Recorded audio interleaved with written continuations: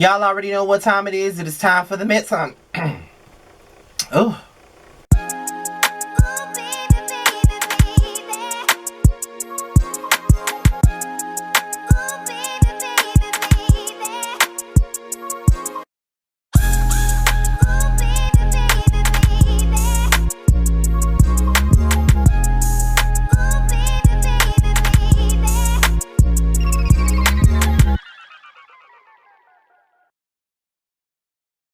What's going on, y'all? This be your boy Scott, and we're here for another episode of Yassss for the Mets. We're here to talk about Tanya Sam and the Real Housewives of Atlanta. So let's get into the Mets, honey. Okay, you guys. So I have an article here from therealityt.com, and it's about Tanya Sam. Now, we already been talking a little bit about Tanya Sam ever since maybe 2 months ago when the cast went on a trip to South Carolina for Cynthia's bachelorette party, and there were strippers involved, and there was a lot of stories going around about who did it, who fucked the stripper, who didn't, and all this other stuff. Now, Fallon denied it.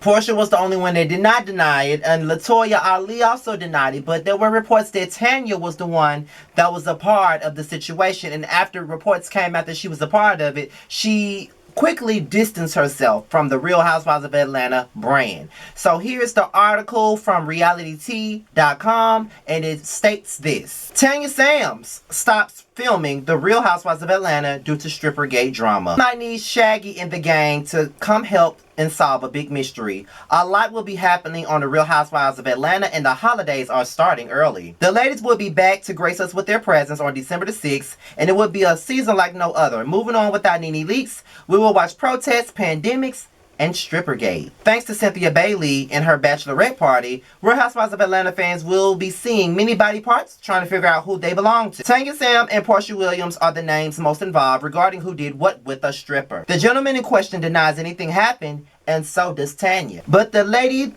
they can't write, bitch. If nothing happened and no fiancés were cheating on, it's normal to SOP to lie, whatever the fuck, can they write? To lie, deny, and keep calm and try to carry on. But in this case, instead of carrying on, Tanya has carried herself away from the show. My sure Jan is locked and loaded for this one. Tanya might not be a full-time housewife, but she has enjoyed several seasons hanging in the background and still receiving a check. Now, Tanya is front and center because of rumors surrounding what happened after cameras went down from filming Cynthia's bachelorette party, and cameras weren't the only thing that went down that night, if you know what I mean. There are many questions surrounding what occurred during this X-rated function. Did Tanya do the nasty with the entertainment? Was Tanya putting dollar bills in a place not normally exposed to the daylight? After releasing an epic denial of doing anything that would sully her sterling reputation, now Tanya has pieced out. And honey, this is not the way to look innocent. Now that's the article from therealityt.com, and here's what Scotty has to say about the matter. I don't know what show Tanya decided to sign up for, but this is the Real Housewives of Atlanta, and shit like this goes down all the time. And if you were really worried about your image, you wouldn't even sign up for a show like that. That's why I don't think I would ever do a reality show. Like, it'll be good for exposure, but at what cost? Because when you have money like Tanya and you're in the tech business like Tanya, do you really want your dirty laundry and the things that you do in the behind closed doors to really be exposed to the world? There are some parts of you that you don't really want others to see. And I just feel like with her doing this and being on the show and just trying to, wash her hands of the whole situation, it's kind of crazy to me because, at the end of the day, you did what you did, and it is what it is, so you just got to let it go and just get over it. But it's hard to say get over it when it's her life that's in the forefront. But I do feel like Tanya should have known what she was getting herself into when she decided to get on the show. But if you was going to get on the show, I feel like you should have moved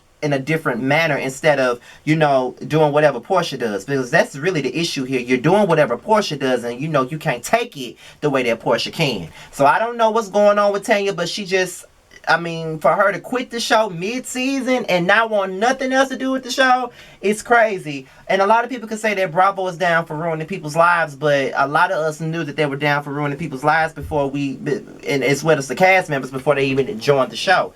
And when you sign that dotted line, you sign your life away. And that's just the halting reality of this situation. So, but at the same time, I'm not going to condemn Tanya for quitting the show, because if that's the best thing for her image and her business and her professional professionalism, then that's something that she really had to do. But when it comes down to this show, I just need for people to know this. If you ain't got nothing to lose, if you got something to lose, don't do this show. Because these folks don't give a fuck about your life. You will lose whatever you got trying to be on this show and get a cute coin for acting a damn fool. That's why I don't know if I would do a show like that. I don't know, because it's some things that I'm not willing to do. I'm not willing to fake with a bitch just to get I'm not willing to fake with a bitch to get screen time. I'm not willing to throw events and invite people I don't like to them. And it's just certain shit that I'm just not willing to show. You know what I mean? So it is what it is, though. With that being said, y'all, this be your boy Scotty, and this is Yes for the Mess. Be sure to like, rate, comment, and subscribe to my channel. Also, there is a podcast fundraiser going on. Jamar made a GoFundMe in efforts to raise money for our upcoming podcast that's coming out next year. We have most things that we need for it. We pay for artwork. We already have the name, and we will be buying mics. But there's one essential thing that we need help with getting. The